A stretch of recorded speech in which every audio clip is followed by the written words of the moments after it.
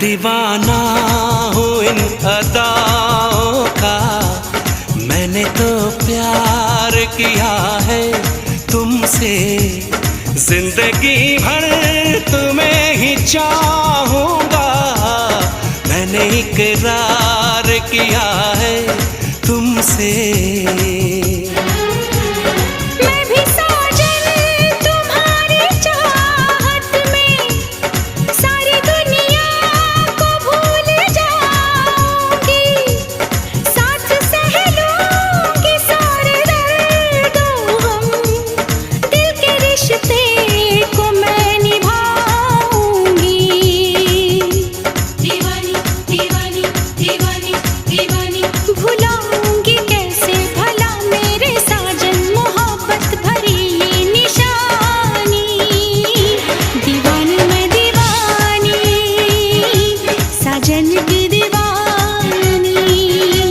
दीवानी मैं दीवानी, साजन की